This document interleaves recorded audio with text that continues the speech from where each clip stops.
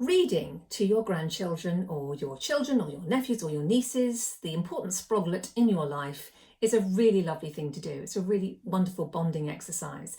But what about when you can't be there? What about when you've got to do it remotely via Skype or Zoom or House Party? Is that different? Can it still work? I think it really can. And here are a few tips from me as to how to make it work as well as it can. For a start, it will depend, of course, on the age of your child that you're reading to. If you're reading to a younger child, you might be looking at picture books, and this can actually work really well on a camera.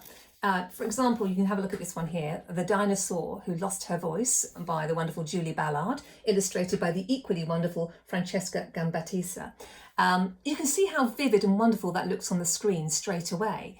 So you can hold this up and get your child to take a look at it. And open up the pages and get them to check out what's going on the pages, get them to join in on certain areas. What I used to love to do with my little ones when they were little is to get them to look at the pages very closely and find certain things. So I might say, find me a green dinosaur, or find me a purple dinosaur, and that would work really well. And you may well have lots of picture books knocking around that will still probably stand the test of time quite well. For older children, slightly more complex. Be careful of choosing something that you've always loved for donkey's years, because it may not have stood the test of time. I would say before you offer that up to read, have a quick refresh, read it yourself, and work out whether you think it would work for your grandchild or niece or nephew or child. And then you can make your decision that way. But also you can ask them to help choose. Offer them 2 or 3 different books and say, what do you think of these? Let them look at the cover, let them flip it round, show them the blurb, maybe the first page, and between you can decide which one they fancy the most, and they're much more likely to be engaged if you do that.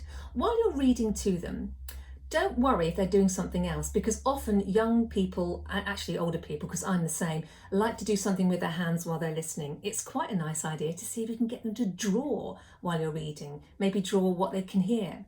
If they're fiddling around with something, it's normally just a way to help them concentrate on what they're listening to at the same time.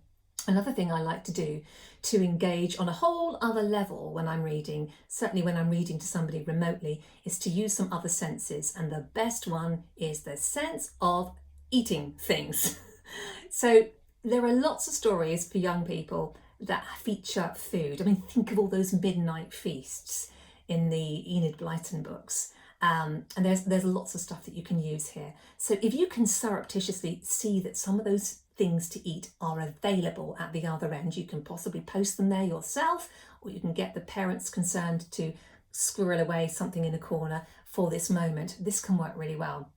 And a good one to go for, which you might well have in your bookshelf already, is The Lion, the Witch and the Wardrobe. And there's a particular scene in this book which has stayed with me forever. And I bet you know which one I'm going to read here. "It is dull, son of Adam, to drink without eating," said the Queen presently. "What would you best like to eat?"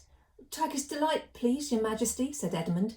The Queen let another drop fall from her bottle onto the snow, and instantly there appeared a round box tied with green silk ribbon, which, when opened, turned out to contain several pounds of the best Turkish delight. Oh, Turkish delight! So you could have some of that to hand. And your young listener could just be working their way through a little bit while you're reading this particular chapter with the enchanted Turkish delight in it. You might want to choose another book with another piece of food in it. You could always choose this one, Dows and the Dead, the Shapeshifter series by Ali Sparks. And there's a scene here. Gideon shifted the tray across. On it were 5 big mugs of cocoa, sending up rich chocolatey curls of steam into the air. There was also a tin of Mrs. P's best homemade sultana scones, which he'd split and lined with cool Cumbrian butter. That's quite easy to manage as well. A bit of buttered scone. Oh, and I know what you're saying at this point. You're just saying, Ali, that's not very healthy, is it? You know, Turkish delight, buttered scones, but that's okay. We have a solution to that particular issue. And it's this one here. "This isn't a hole," James thought excitedly. "It's a tunnel."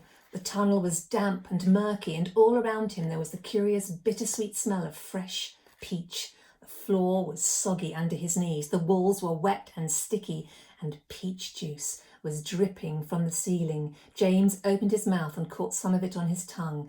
It tasted delicious. Ah. So you see, right away, you've got a healthy option as well. These are just some things you can do. Above all, have fun, enjoy these sessions, and I'm certain that the recipient of your reading will really love them too. Good luck.